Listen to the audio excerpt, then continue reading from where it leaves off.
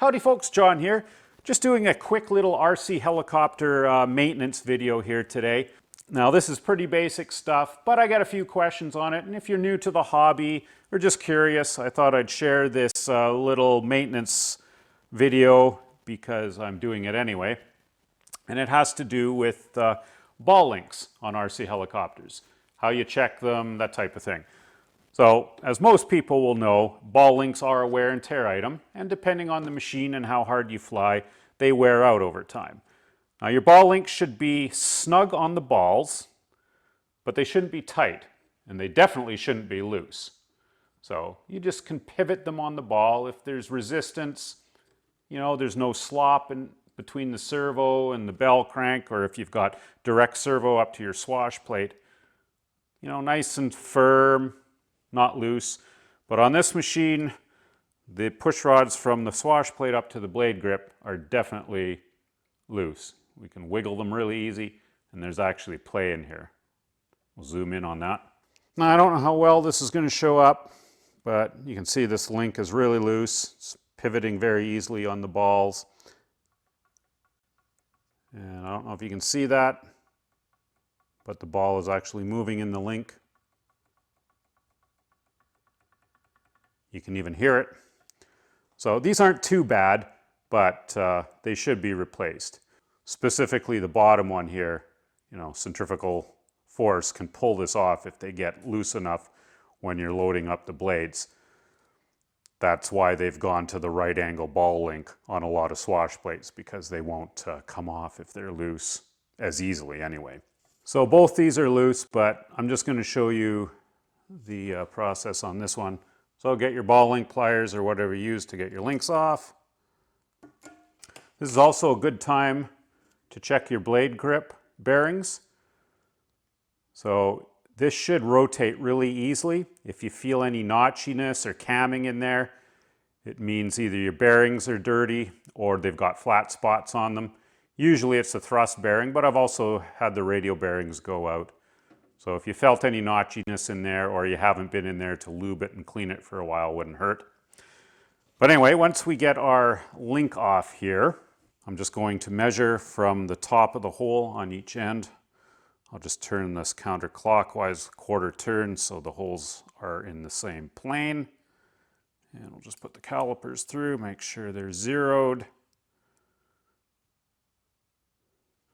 And then I will lock that. So we're at 88.59, and presuming you get your new links on and get that same dimension on both sides, your tracking shouldn't really be out. We will just unscrew these off. So there's our old links off the push rod. Just put those aside so you don't get them mixed up with any of your new ones. If you're not sure what size balls and links your machine takes, it'll be in the owner's manual, of course, or just order the part number from the owner's manual. This is an Align T-Rex 700. All of Align's larger machines use 5mm links. You can tell that just by measuring up a ball on the helicopter. So if you're ever in doubt what your machine uses, no matter what brand it is, just get your calipers out, measure up a ball, and then you'll know what size links to get. You see these ones, they're coming out at 4.98, but Align calls them 5mm links. So we'll just get two new ones here and start threading them on the rod. You can just turn them together by hand. I like these little ball link tools, just saves the finger and thumb from a little bit of stress. And we'll measure these back up to the, 88.59. I think that was the dimension. Good thing I recorded that, seeing that I just lost the measurement on the calipers. If your links aren't going on even, just hold the push rod with your ball link pliers and thread in the one that's not going on as far as the other. Okay, let's take a peek. Close enough. You're never going to probably get it exact, but as long as it's within 0.5 millimeter. Now, Align's links, they are directional, but there's a little A. That's always on the outside of the ball. So you would snap this backside over the ball first. If you look real close, you can see that the inside hole is slightly larger than the outside. The camera's not going to pick this up, but you can also measure it with your calipers. So this is the inside back hole, 4.62, front hole, 4.38.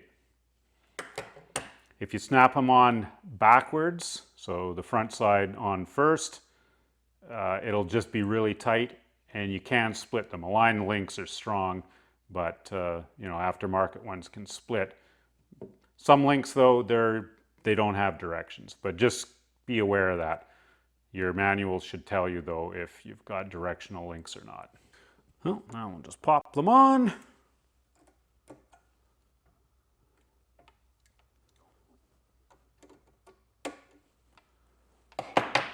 Nice and snug, no more play. So now we'll do the same thing to the other side. Again, measuring it just in case it is a little bit different. But if you get both of these links pretty much the same, your tracking should be more or less perfect. But of course, it never hurts just to check. I don't know if I'd bother putting tracking tape on. Just look at both blades at eye level the first time you hover it. And if you notice it's out, then yeah, put the tracking tape on. But as long as you measure these with a caliper and get them within 0.5 millimeter or so, you should be pretty good. So that's all there is to checking links. Again, it's a maintenance thing that you should check before every flying session, but I usually go through my machines once a year in the off season here. And yeah, notice these ones were loose today, so just thought I'd share the process of how I replace them. Thanks for watching, folks. We'll see you next time, and happy flights.